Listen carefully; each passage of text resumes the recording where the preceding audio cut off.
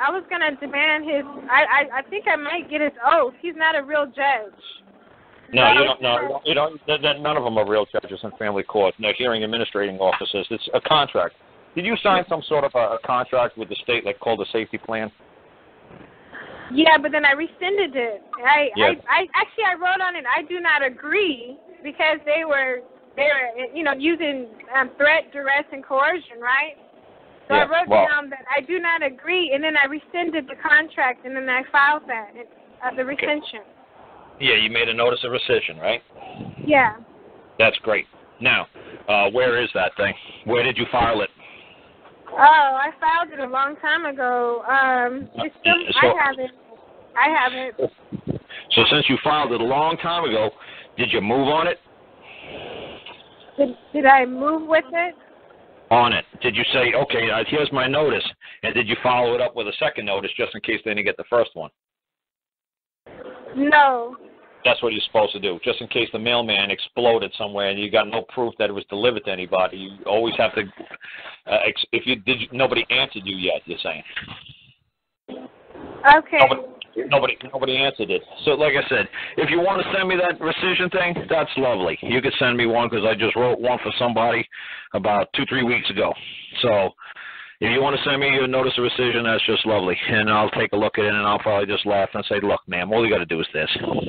You're writing way too much. Oh, my God. This is crazy. I give thanks. I really had no idea that it was this easy. Yeah, it's beyond simple, man. Yeah. And that's the whole problem. Yeah, it's the whole problem. Yeah, they don't make any money if it's simple, ma'am. They try to make you guys think it's complicated so they could charge you all kinds of money. Believe me, and my wife went through 17 attorneys. She bought 8, I bought 9. Oh my God.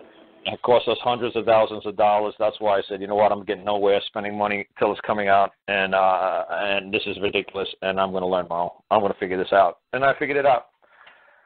And nobody else has to spend any of that kind of ridiculous money anymore. Just make your claim for your property to be restored, and you're done.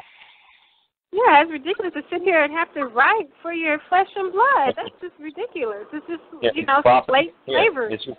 It's your property.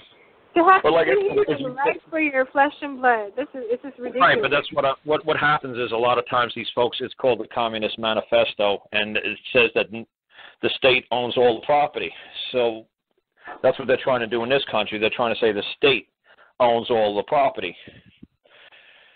So you do it by getting into contracts, which you did because you signed a safety plan which bound you to the state. But like I said, you said to the state that you will let the state come in your house and inspect your kids and do also the nonsense.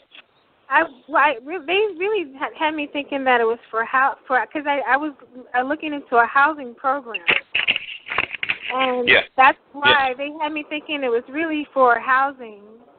Yep. And it really was more to, they were just investigating me. I couldn't believe that they were really investigating me because I was seeing myself as a great mother. I don't have a drug problem. I don't have, any other problems abusing my child. I just raise my son unconventionally, and I don't inoculate him, and I don't give him drugs. But that happened back in 1997 with Bill Clinton actually did that in Congress. What they did is anybody who was on welfare, they let them live on welfare for 23 months, and on the 24th month, they took their kids instantly, whether you're the world's greatest mom or not, because you only had 23 months. You had 2 years to get back on your feet. And if you couldn't get back on your feet, they automatically took the kid on the 23rd month. So stuff like that was happening like crazy. So a lot of women who were just welfare moms and living in Section 8 housing, they thought they were great. Like, hey, I'm taking care of the kid. I got welfare. I got food. I got everything for this freaking kid. Everything's nice and, quiet here. Boom, 23 months after collecting the first check, they come knocking on the door. And they say, hey, you have a job? No. Why not? Well, your benefit's going to run out in 30 days, so we're going to take the kids, and you can come and make a claim for the kid once you show us that you have a job. And boom. And then the kids are gone. I've seen hundreds of women, they do that too, on welfare. Any kind of Section 8 housing women, they do that too. They give you guys a couple of months to get on your feet, boom, and then they come and take the kid. Wow. It's not like it used to be. It used to be you could stay on welfare until the kid hit 18. Not anymore.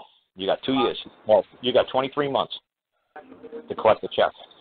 And then after that, boom, they scoop up your kid. I don't care if you're the world's greatest mom. They did that in 1997. It was the HIPAA law. They did that back in 1997. They passed it with the HIPAA law. Yeah, everybody thought it was a wonderful thing, protecting women and children. Yeah, right. And then all the women realized what happened on the 23rd month. The government was coming in and swooping and taking all the kids. Yeah, and so many children are getting molested in foster homes. Oh, yeah, all of that stuff. That's just part of it. That's right. But like I said, the big thing is that you sign the contract, you ask the state for benefits or help, and the next thing you know, they bite you in the ass. I know. I heard it all, man. I've seen it all. I've heard it all. I'm 50 years old. I might not sound 50, I hope, but I've seen it all. I've seen all the women in Birmingham, Alabama, all crying, who are on welfare, thinking that they want to stay on welfare until the kid was 18. And little did they know, the law changed in 1997. They could only get 2 years of benefits, and then the state takes their kids.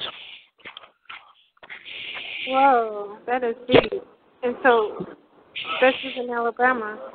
Yep, well, no, that's a federal. It's a federal law. It's a federal law?